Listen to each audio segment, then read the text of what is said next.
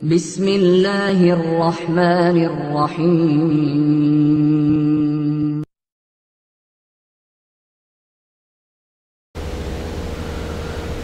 بسم اللہ الرحمن الرحیم ثم ان الوصف اعم من ان يكون ثابتا فيقصد بیان علته او غیر ثابتا فیراد اثباتہ۔ گزشتہ درس میں بات ہم نے شروع کی تھی محسنات معنویہ میں سے 11واں محسن جواہر البلاغہ کی ترتیب کے مطابق ہے حسن التعلیل۔ گزارش کی تھی حسن تعلیل کا مطلب یہ ہے کہ ہر چیز میں کوئی نہ کوئی وصف، کوئی نہ کوئی صفت پائی جاتی ہے اور اس کی کوئی نہ کوئی حقیقت میں علت بھی ہوتی ہے۔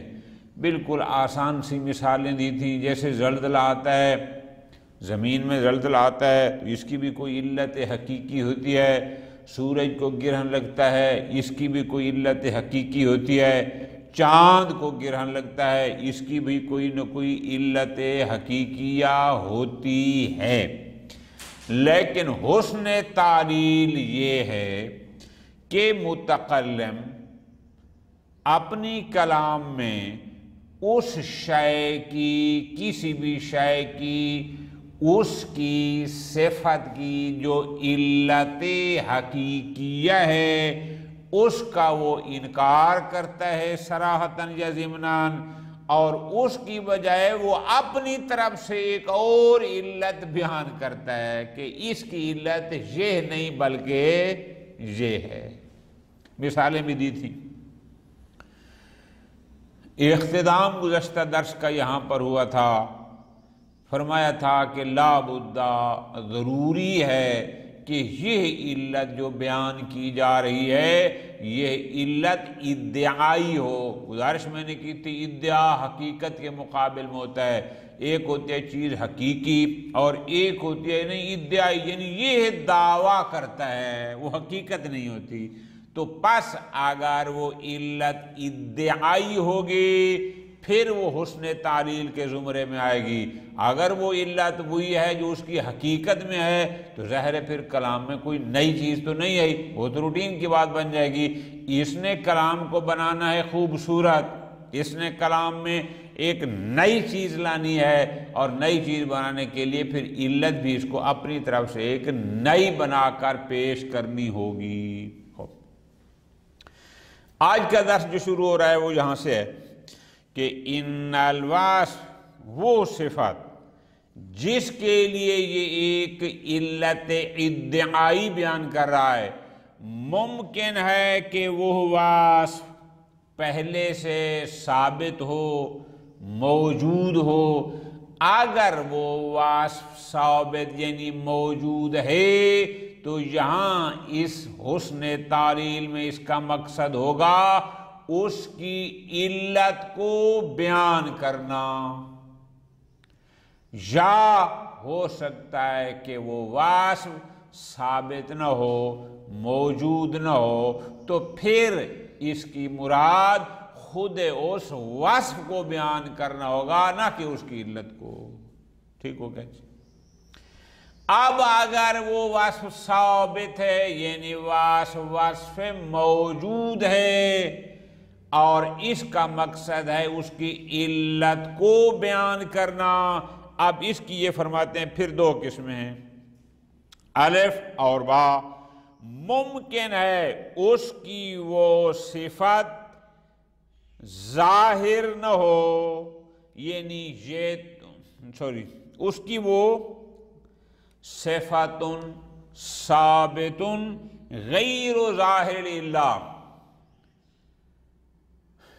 بادل ہے، بادل کا کام ہے بارش برسانا، اب اس بادل سے جو بارش برستی ہے ممکن اب اس کی جو علت ہے وہ 2 اور 4 کی طرح واضح اور ظاہر نہیں ہے۔ خوب بہت دقت علمی کے ساتھ جا کر کہیں کلیئر ہوتا ہے کہ بارش کیسے برستی ہے، لیکن اس طرح ظاہر نہیں ہے۔ تو پاس بسا اوقات صفت تو ظاہر ہے، صفت ثابت ہے، صفت موجود ہے، ہمیں پتہ ہے کہ بارش برستی ہے، لیکن اس کی جو علت ہے وہ ظاہر نہیں ہے، واضح نہیں ہے، اور ممکن ہے کہ وہ علت اس کی واضح ہو، لیکن یہ متکلم اس کی اس واضح علت کی بجائے کوئی اور علت بیان کر رہا ہو، اس کو وہ بیان نہ کر رہا ہو کہ جو اس کی علت واضح اور ظاہر ہے۔ ٹھیک ہو گیا؟ اب آپ اس کا جب چارٹ بنائیں گے تو اس طرح کس میں بنائیں گے کہ متکلم جس وصف کی علت بیان کر رہا ہے، یا وہ وصف وہ صفت ثابت ہوگی یعنی موجود ہوگی، یا غیر ثابت ہوگی یعنی موجود نہ ہوگی۔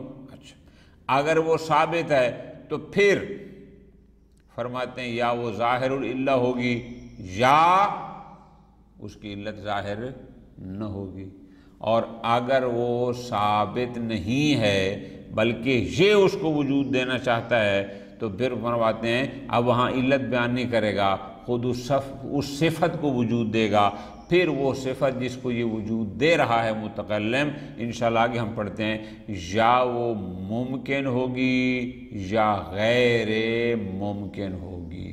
یہ چار قسمیں بن جائیں گی، اور ان چاروں اقسام کو انہوں نے شواہد کے ساتھ پیش کیا۔ ہم انشاءاللہ ایک ایک کو علیحدہ کر کے پڑھتے ہیں۔ فرماتے ہیں ثم ان الوصف اعم من ان یکون ثابتا۔ اب جو وصف ہے کسی بھی شے کی، کوئی بھی وصف ہے، وہ وصف اب اس سے کوئی فرق نہیں پڑتا، عام ہو من ان یکون ثابتا، ہو سکتا ہے وصف ثابت ہو یعنی وصف موجود ہو، فیقصد بیان علت، تو وہاں پر پھر اس کی علت کو بیان کرنا مقصود ہوگا۔ ٹھیک ہوگی؟ او غیر ثابت، یا نہ وہ ثابت نہیں ہے، وہ موجود نہیں ہے بلکہ یہ اس کو وجود دینا چاہتا ہے۔ اگر ایسا ہے فیراد اثبات ہو، تو کیونکہ وہ ثابت نہیں تھی، موجود نہیں تھی، اب اس کو اثبات مراد ہوگا، یعنی باقاعدہ اس کو ثابت کرنا مقصود ہوگا، نہ کہ اس کو علت کو بیان کرنا۔ اب ایک نقطہ اور یہاں پر ایک سطر اضافہ کرنا، یعنی متکلم علت کو بیان تب کرتا ہے جب صفت ثابت ہو، موجود ہو، اور اگر وہ ثابت نہ ہو تو پھر وہ خود صفت کا اثبات کرتا ہے۔ اب فرماتے ہیں الاول وصف ثابت، اگر صفت ثابت ہے، وصف ثابت ہے، اس کی پھر دو قسمیں ہیں۔ الف وصف ثابت غیر ظاہر العلہ، وصف موجود ہے، ثابت ہے، موجود ہے، لیکن اس کی علت واضح نہیں، کلیئر نہیں، ظاہر نہیں ہے۔ ٹھیک ہے جی؟ خوب، لیکن یہ اس کی ایک علت جو حقیقی ہے اس کی بجائے ایک اور بیان کرنا چاہتا ہے۔ کا قول ہی، متنبی کا یہ شعر ہے، اب اس پر توجہ کریں گے تو لطف آئے گا۔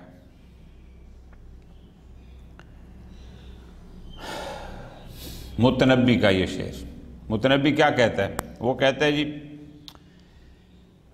لم یحک النائل کالسحاب وانما حمت بہ فسبیبھا الرخصاء خانی ہائے۔ دوبارہ سنیں، لم یحک النائل کالسحاب وانما حمت بہ فسبیبھا الرخصاء۔ اب ذرا غور کر لیں، پہلے اس کا ترجمہ سن لیں، پھر دیکھتا ہوں یہ شاہد کیسے ہے ہماری بحث پر۔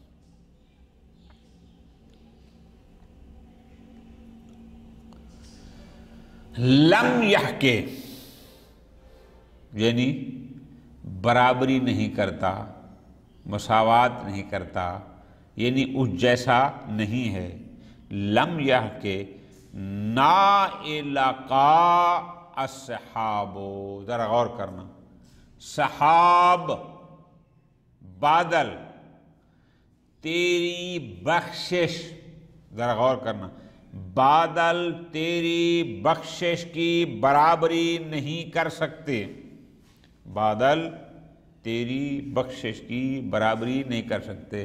یا لم کہا کہ آپ حکایت کا معنی بھی لیں تو بھی اس میں آ سکتا ہے کہ یہ بادل تیری بخشش کی، تیری عنایات، تیری سخا، تیری عطا، ان کی پیروی نہیں کر سکتے۔ اچھا، نہیں کرتے۔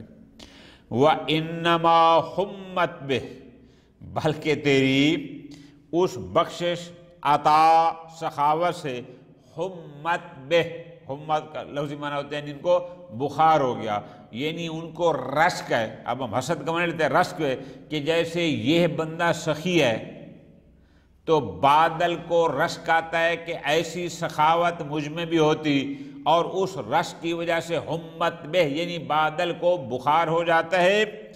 فَسَبِيبُهَا، اب سبیب کہتے ہیں یہ جو پانی ٹپکتا ہے، یہ جو بارش کے قطرے آتے ہیں، یہ قطرے در حقیقت روحزا کہتے ہیں بخار کی حالت میں جو انسان کو پسینہ آتا ہے، یہ در حقیقت اس تیری سخاوت کوئی وجہ سے جو بادلوں کو بخار ہوتا ہے، اور اس بخار کا جو پسینہ ہوتا ہے، یہ بارش در حقیقت اس بخار کا پسینہ ہے۔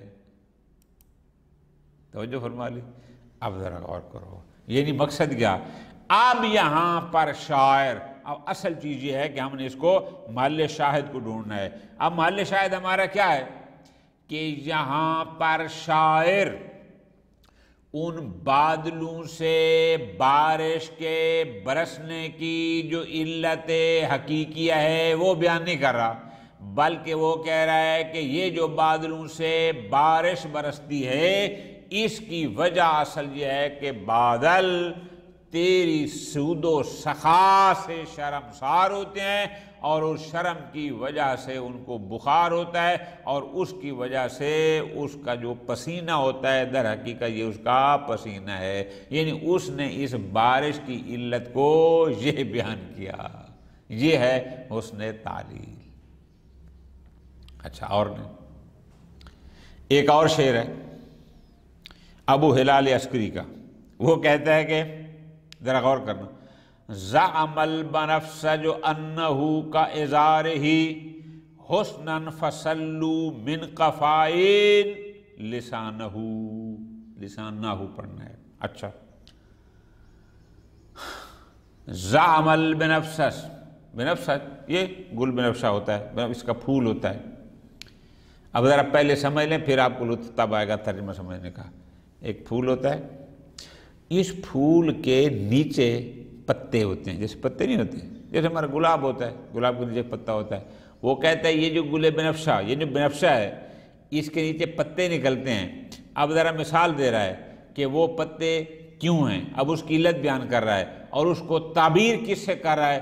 بہت مزیدار شعر ہے، بہت مزیدار۔ کہتے ہیں زعم البنفسج، بنفشہ نے یہ گمان کیا، انہو کا اظہار ہی حسن، اظہار کہتے ہیں رخسار کو، کہ وہ بھی حسن میں اس میرے محبوب کے رخسار کی طرح ہے۔ اس نے یہ گمان کیا، جب اس نے گمان یہ کیا، فَسَلُّ مِن قَفَاؤ، قفا کہتے ہیں پشت گردن کو، سلو کہتے ہیں کھینچ لینا، فَسَلُّ مِن قَفَاؤ، اس کی پشت گردن سے فَسَلُّ انہوں نے کھینچ لی، لسانہ اس کی زبان کو۔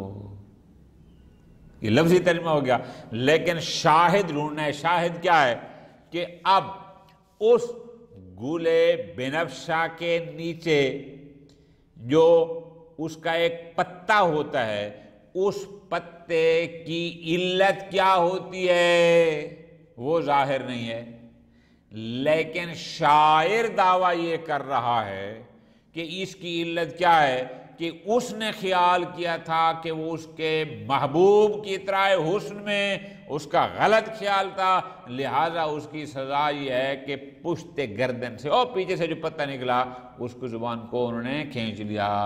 اب اس نے جو علت بیان کی اس پتے کے نکلنے کی، وہ اس نے یہ بیان کی کہ اس کے غلط خیال کی وجہ سے اس کو یہ سزا ملی۔ خوب، یہ ہو گیا دو شعر۔ فخروج ورقۃ بن ابسج الخلف، آپ فرماتے ہیں اس میں ابسا کے اس پتے کا اس کے یعنی بیک سے پیچھے سے وہ تو اوپر ہوتا ہے نکلنا، لا علت ظاہرۃ لا، اب اس کی کوئی ظاہری علت نہیں ہے، لیکن لیکن شاعر ابو ہلال عسکری یہ دعویٰ کر رہا ہے کہ انا علتہ، کہ یہ جو پتہ نکلا ہے پیچھے سے وہ اس لیے نکلا ہے الافتراء علی المحبوب، کہ اس نے اس کے محبوب پر افتراء کیا ہے، جھوٹ بولا ہے، اس نے کہا ہے کہ میرا حسن بھی اس کے محبوب کے رخسار کی طرح ہے، لہذا یہ اس کی سزا کے طور پر نکلا ہے۔ ہمارا محل شاہد اس نے جو علت بیان کی ہے یہ علت ادعائی ہے، ورنہ اصل علت ظاہر نہیں ہے کہ وہ پتہ وہاں سے کیوں نکلتا ہے۔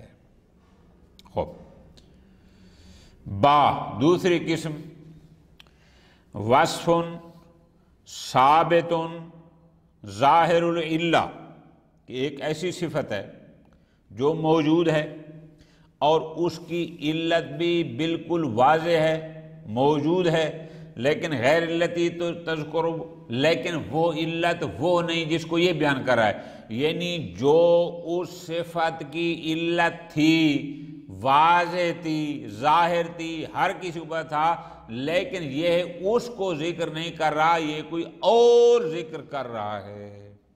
اچھا وہ کیا ہے؟ فرماتے ہیں یہاں پر متنبی کا پھر ایک اور شعر، وہ شعر یہ ہے، فرماتے ہیں ما بہی قتل اعادی ہے ولیکن یتقی اخلاف ما ترجو الذئاب، ما بہی قتل اعادی ہے، اس کا اعادی یعنی عدو کی جمع، دشمنوں کو مارنے کا کوئی پروگرام نہیں تھا، دشمنوں کو مارنا چاہتا نہیں تھا، قاتل کرنا نہیں چاہتا تھا اپنے دشمنوں کو، وَلَكِنْ يَتَّقِي، لیکن اس کو اس بات کا خوف ہے، وہ یہ چاہتا ہے کیا؟ اخلاف ما ترجو الذئاب، ذئاب کہتے ہیں بھیڑیے کو، کہ یہ جو بھیڑیے اس سے جو امید رکھتے ہیں اس کی ان کی امید کی اخلاف یعنی خلاف ورزی ہونے سے اس کو خوف کھاتا ہے، ڈرتا ہے۔ اب ذرا غور کرو، اب نکتے کو سمجھیں گے تو لطف آئے گا۔ وہ کیا؟ یہ ایک بادشاہ اپنے دشمن کو، روٹین یہ ہے کہ ہمیشہ ایک بادشاہ اپنے دشمنوں کو مارتا ہے، یہ صفت ثابت ہے، پتہ ہے قتل و غارت ہوتی ہے، جنگ ہوتی ہیں، ٹھیک، اور اس کی علت بھی ظاہر ہے، کیوں؟ وہ دشمن کو اسی لیے مارتا ہے تاکہ وہ طاقتور نہ ہو جائے، دشمن کو اسی لیے مارتا ہے کہ کہیں وہ اس پر حملہ نہ کر دے، دشمن کو اسی لیے مارتا ہے تاکہ وہ اس کو کوئی تکلیف نہ پہنچائے۔ اب علت بھی واضح ہے اور صفت بھی موجود ہے کہ عام بادشاہ قتل و غارت کرتے ہیں، لیکن یہاں پر شاعر ذرا غور کرنا، وہ بیان کر رہا ہے کہ یہ جو دشمن کو مار رہا ہے اس کی علت کیا ہے، ذرا غور کرنا۔ وہ کہتا ہے علت یہ نہیں کہ یہ ان سے اپنے آپ کو بچانا چاہتا ہے، ان کو کمزور کرنا چاہتا ہے، بلکہ ایک نئی علت متنبی بیان کر رہا ہے کہ وہ اس لیے کر رہا ہے کہ یہ بندہ جس کی یہ تعریف کر رہا تھا اس کا پروگرام نہیں تھا، ما بھی قتل و عادی ہے، یہ دشمنوں کو مارنا نہیں چاہتا تھا، کمزور نہیں کر رہا، لیکن پھر کیا وجہ بنی، کیوں مارنا چاہتا ہے؟ فرماتے ہیں اس لیے نہیں تاکہ اس کو ان سے کوئی خوف ہے، یہ ان سے بچنا چاہتا ہے۔ مسئلہ یہ ہے کہ یہ سمجھتا ہے کہ یہ ہے بہت بڑا سخی، اور اس کی سخاوت فقط انسان نہیں بلکہ بے زبان جانور بھی اس کی سخاوت سے آشنا ہیں، ٹھیک۔ اب یہ سمجھتا ہے کہ ان جانوروں کو پتہ ہے جب جنگ لگتی ہے، جنگ میں لوگ مارے جاتے ہیں، اور جب لوگ مارے جاتے ہیں تو جنگل کے بھیڑیوں کو ان کی لاشیں ملتی ہیں اور وہ ان کو اپنی غذا بناتے ہیں۔ اب یہ کہتا ہے شاعر جس کی تعریف کر رہا تھا کہ یہ تو دشمن کو نہیں مارنا چاہتا تھا، لیکن وہ بھیڑیے جو امید رکھ کے بیٹھے ہیں کہ جنگ ہوگی، جنگ میں بندے مارے جائیں گے، جب مارے جائیں گے تو ہم ان کو کھائیں گے، تو یہ کہتا ہے میں اس جانوروں کو نا امید نہیں کرنا چاہتا کہ وہ جو انتظار میں بیٹھے ہیں کہ بندے گریں مریں اور ہم کھائیں، تو یہ کہتا ہے کہ میری سخاوت تو ان تک بھی پہنچی ہوئی ہے، لہٰذا اب یہ اس لیے مار رہا ہے تاکہ وہ زیب کی جمع یہ جو بھیڑیاں ہیں ان کو ان کی امید کے خلاف نہ ہو جائے، وہ نا امید نہ ہو جائیں کہ وہ مجھ سے امید رکھتے ہیں کہ یہ بندے مارے گا ہم کھائیں گے اور میں بندے نہ ماروں۔ اب دیکھو نا، علت کوئی اور بیان کر رہا ہے، حالانکہ ایک بادشاہ جب دوسرے بادشاہ کو یا دشمنوں کو مارتا ہے تو ان کی علت واضح اور کلیئر ہے، پتہ ہے، لیکن اب یہ ایک نئی علت، اس کو کہتے ہیں علت ادعائی، جو علت حقیقیہ نہیں ہے۔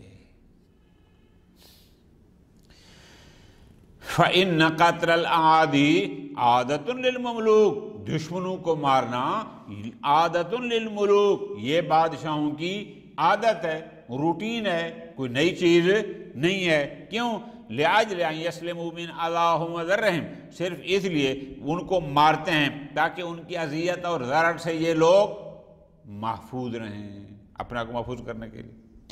وَلَكِنَّ الْمُتَنَبِّي اخترع لذلك سببا غریبا، لیکن متنبی نے بادشاہوں کے قاتل کو، یا جس بادشاہ کی وہ تعریف میں قصیدہ لکھ رہا تھا، وہ اس کی تعریف میں یہ بادشاہ جو اپنے دشمن کو قتل کرتا ہے اس کی کوئی اور سبب اور علت کا اختراع کر رہا ہے، یعنی یہ کہتا ہے کہ اس کی وجہ یہ نہیں کہ وہ ان کے ضرر اور اذیت سے بچنا چاہتا ہے، بلکہ متنبی کہتا ہے یہ جو دشمنوں کو مار رہا ہے اس کی علت کوئی اور ہے۔ اختراع لذالک سببا غریبا، ایک نیا سبب یا علت بیان کی ہے۔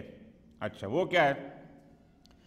فتخیل، اب اس کا خیال یہ ہے متنبی کا کیا، کہ ان الباعث لہ، کہ یہ جو بادشاہ جس کی تعریف میں وہ قصیدہ لکھ رہا تھا کہ یہ جو دشمنوں کو مار رہا ہے، ان الباعث لہ علی قتل اعادیہ، کہ اس بادشاہ کا اپنے دشمنوں کو قتل پر آمادہ کرنے والی چیز لم یکن، کوئی اور نہیں، الا مشتہرا وعارفا بہ، مگر وہ کہ جو مشہور تھی اور جس کو ہر بندہ اور لوگوں میں جانی تھی۔ ٹھیک ہو جی؟ اچھا وہ کیا تھی؟ حتی لدى الحیوان الاعجم، حتیٰ کہ بے زبان جانور بھی اس کو جانتے تھے اور مشہور تھی۔ وہ کیا مشہور تھی؟ من الکرم الغریزی، کہ یہ ایک بہت بڑا سخی انسان ہے۔ ٹھیک ہے جی؟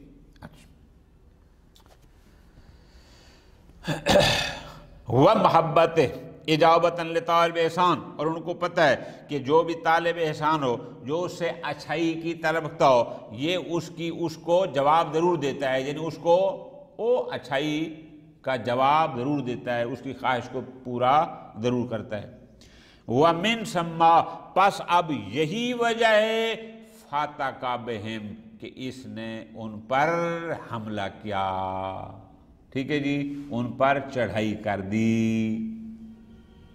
فاتقہ کے بھی مطلب یہ ہے حملہ کرنا۔ اچھا، لِأَنَّهُ عَلِمَ، کیوں؟ چونکہ اس کو پتہ ہے کہ أَنَّهُ إِذَا غَدَا لِلْحَارِبِ، اس لیے کہ جب یہ جنگ کے لیے آمادہ ہوگا، تیار ہوگا، ٹھیک ہے جی، رجت الذئاب، تو جو ذئاب بھیڑیاں ہیں وہ امید رکھتے ہیں کس بات کی؟ ان یتسع علیہا رزقا، کہ جب یہ جنگ کے لیے نکلے گا، بندے مارے گا، تو ان سے ان کا رزق یعنی ان کے کھانے کی چیزوں میں کیا ہوگا؟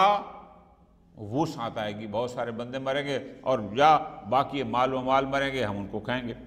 وَتَنَالُ مِن لُحُومِ أَعْدَائِهِ الْقَتْلَ، اور وہ سمجھتے ہیں کہ اس کے دشمن یہ جو مارے گا ان مقتول دشمنوں کے گوشت سے یہ ہے درندے وغیرہ ذئاب بھیڑیے اپنا رزق لیں گے اور ان کو کھائیں گے۔ وَمَا أَرَادَ أَن يُخِيبَ لَهَا مَطْلَبًا، اور وہ یہ نہیں چاہتا تھا کہ بھیڑیے یعنی یہ بے زبان درندے بھی مجھ سے جس چیز کی امید رکھتے ہیں میں ان کو اس سے کیا کروں؟ ناکام کروں، نہ ایسا نہ ہو۔ ان کا مطلب کیا تھا؟ مطلب ہے یخیبہ، یخیبہ کا مطلب ہوتا ہے ان کو خالی رکھنا، ناکام رکھنا، نہ دینا، مطلب یہ ان کی خواہش حاجت، اور یہ نہیں چاہتا تھا کہ ایسا نہ ہو، لہٰذا اس وجہ سے اس نے دشمن مارے ہیں۔ علت یہ تھی، حالانکہ یہ علت حقیقیہ نہیں ہے، علت ادعائی ہے، اور پھر اس کی علت حالانکہ ظاہر تھی، لیکن اس نے اس کے باوجود بھی اس کو بیان نہیں کیا جو علت ظاہری تھی، بلکہ کوئی اور بیان کی۔ ٹھیک ہو گیا؟ والثانی، یا اس شے کی وہ صفت، وصف غیر ثابت، وہ وصف ثابت نہیں، یعنی وصف موجود نہیں تھی۔ اچھا، اب یہ ہم نے پیچھے کہا ہے کہ اگر وہ وصف ثابت نہ ہو فَيُرَادُ إِثْبَاتُ، تو ہم نے کہا تھا کہ اس سے وہ خود اس صفت کو ثابت کرنا چاہتا ہے، اس کو وجود دینا چاہتا ہے، ایجاد کرنا چاہتا ہے۔ اب یہاں علت کی بات نہیں، خود اس وصف کی صفت کی بات ہے۔ تو اب جو وصف ثابت نہ تھی اور یہ اس کا اثبات چاہتا ہے، اب وہ دو قسم کی ہے، ممکنون اور با آئے گا غیر ممکن، یا وہ ممکن ہوگی یا ممکن نہ ہوگی، دونوں کی مثال۔ اگر ممکن ہے تو اس کی مثال مسلم بن ولید کا یہ شعر ہے۔ اچھا، وہ کیا ہے؟ یا واشیان حسنت فینا اساتو نجا ہزاروں کا انسانی من الغرق۔ اب ذرا غور کرنا، واشی کہتے ہیں چغل خور کو، نمام کو۔ یا واشین، اے چغل خور، اے نمام، حسنت فینا، ہمارے بارے میں، اساتہ، تیری بدگوئی، چونکہ نمام تھا نا، تیری بدگوئی جو ہمارے بارے میں تھی، حسنت، وہ ہمارے لیے اچھی نکلی، صحیح نکلی۔ اچھا، وہ کیوں جی؟ فرماتے ہیں اس لیے کہ نجا ہزاروں کا، ہزاروں کا یعنی تجھ سے ڈرنا، اس نے نجات دیا، انسانی، میری آنکھوں کی پتلیوں کو، انسان العین کہتے ہیں آنکھ کی پتلی، تجھ سے ڈرنا، تیرے خوف نے نجات دی میری آنکھ کی پتلیوں کو، من الغرقی، غرق ہونے سے، یعنی کیا؟ آنسوں میں غرق ہونے سے محفوظ ہو گیا۔ اب ذرا غور کرو، اب ذرا غور کرو، آیا چغل خور کی بدگوئی کسی کے بارے میں اچھی ہوتی ہے؟ اب یہ ایسی صفت ہے کہ جو غیر ثابت ہے۔ اب ممکن ہے لوگ یہ کہتے ہیں کہ وہ چغل خور ہے، وہ نمام ہے، وہ تیرے بارے میں بری باتیں کر رہا ہے، بدگوئی کر رہا ہے، وہ کر رہا ہے، اور تو کہتا ہے کہ اس کی بدگوئی میرے حق میں اچھی ہوئی، حالانکہ یہ صفت ثابت نہیں ہے، لیکن چونکہ لوگ تیار نہیں تھے اس کے ماننے کو، اب اس نے اس کے لیے بعد میں خود ایک اور علت بھی بیان کر دی۔ وہ کیا تھی؟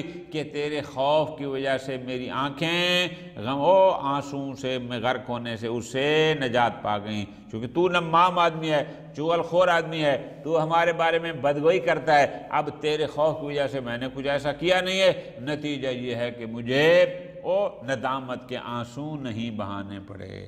اب ذرا غور کرو، ایسی صفت اس نے بیان کی کہ جو موجود نہیں تھی، لیکن وہ اس کو اس بات کا چاہتا ہے کہ نمام کی نمامی نے کیا کیا؟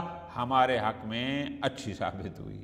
اب فرماتے ہیں فَإِسْتِحْسَانُ إِسَاءَةِ الْوَاشِي مُمْكِنٌ، واشی کا یعنی نمام، چغل خور کی بدگوئی کا اچھا ہونا، بہتر ثابت ہونا، یہ ممکنات میں سے ہے، کوئی غیر ممکن نہیں ہے۔ لَكِنَّهُ لَمَّا خَالَفَ النَّاسُ فِيهِ، لیکن جب لوگ اس کو ماننے کے تیار نہیں ہے کہ وہ چغل خور ہے، اس کی چغل خوری، اس کی نمامی تیرے لیے فائدہ ہو، مند ہو یا اچھی ہو، جب لوگ قبول کرنے کو تیار نہیں تھے، عَقَّبَهُ بِذِكْرِ سَبَبِهِ، تو بعد میں پھر خود ہی اس کا سبب ذکر کیا کہ کس لحاظ سے اس کی چغل خوری میرے لیے بہتر ثابت ہوئی۔ وہ کیا ہے؟ وہ یہ ہے کہ اَنَّ حِذَارَهُ مِنَ الْوَاشِي، کہ اس کا اس نمام سے ڈرنا، مَانَهُ مِنَ الْبُخَاء، بخا سے اس نے اس کو روک لیا۔ پس سلم انسان و عینہ من الغرق فی الدموع، پس اس کی آنکھ کی جو پلکیں ہیں وہ آنسوؤں میں غرق ہونے سے محفوظ ہو گئیں۔ اب ذرا اس پر غور کرو، ایک تو صفت غیر ثابت تھی، اس نے ثابت کیا کیا کہ چغل خور کی چغلیاں میرے حق میں بہتر ثابت ہوئیں۔ اب یہ اس بات کر رہا ہے صفت کا، اور پھر بعد میں اس کے لیے ایک علت بیان کر رہا ہے۔ با غیر ممکن، یا ایک ایسی وصف کا اس بات کر رہا ہے جو ممکن ہی نہیں ہے، جو ممکن ہی نہیں ہے، کا قول الخطیب القزوینی۔ اب قزوینی کا یہ شعر ہے، اب اس کو ذرا غور سے سنو۔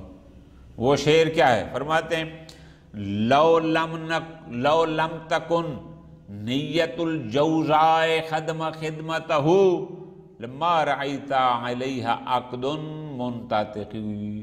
اب ذرا غور کرو،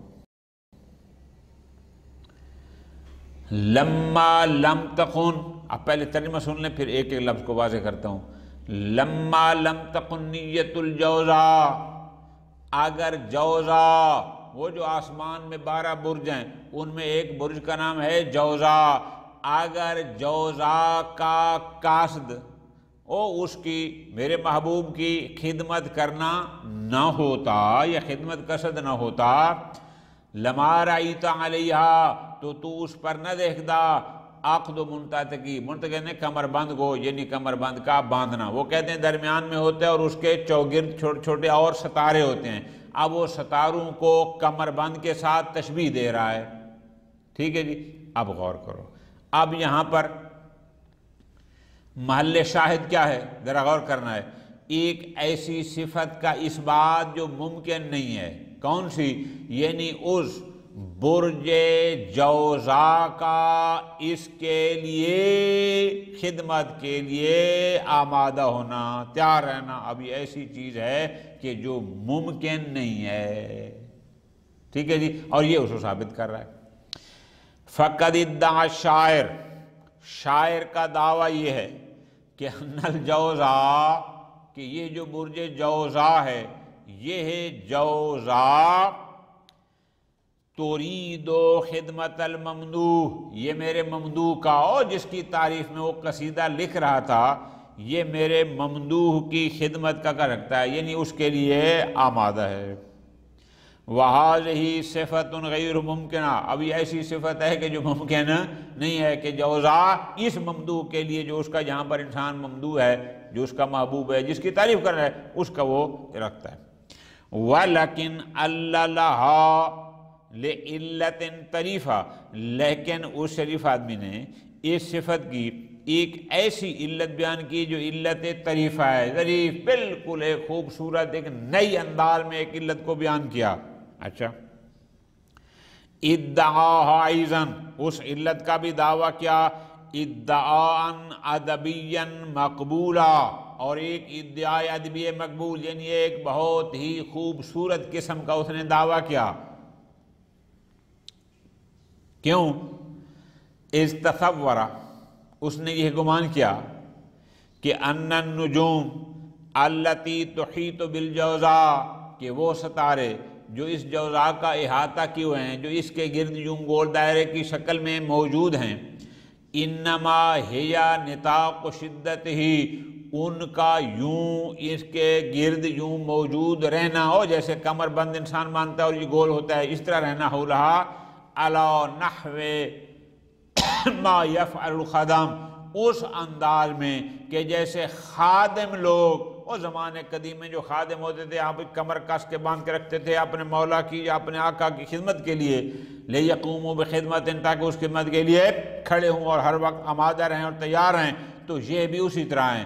تو پس جیسے یہ عام زمین کے خادم خدمت کے لیے آمادہ ہونے کے لیے کمر بستہ ہوتے ہیں، کمر بند کو کس کے رکھتے ہیں، تو اس جوزا کے گرد جو ستارے دائرے کی شکل میں موجود ہیں ان کو وہ تشبیہ دے رہا ہے اس کمر بند کے ساتھ جو یہ خادم باندھتے ہیں، اور کہتے ہیں اب یہ دیکھو چونکہ انہوں نے کمر باندھی ہوئی ہے، کمر بند انہوں نے کسا ہوا ہے، لہذا وہ میرے محبوب کی خدمت کا ارادہ رکھتے ہیں۔ اب یہ ایک ایسی صفت ہے جو صفت ناممکن ہے۔ وصلی اللہ علی محمد وآل محمد۔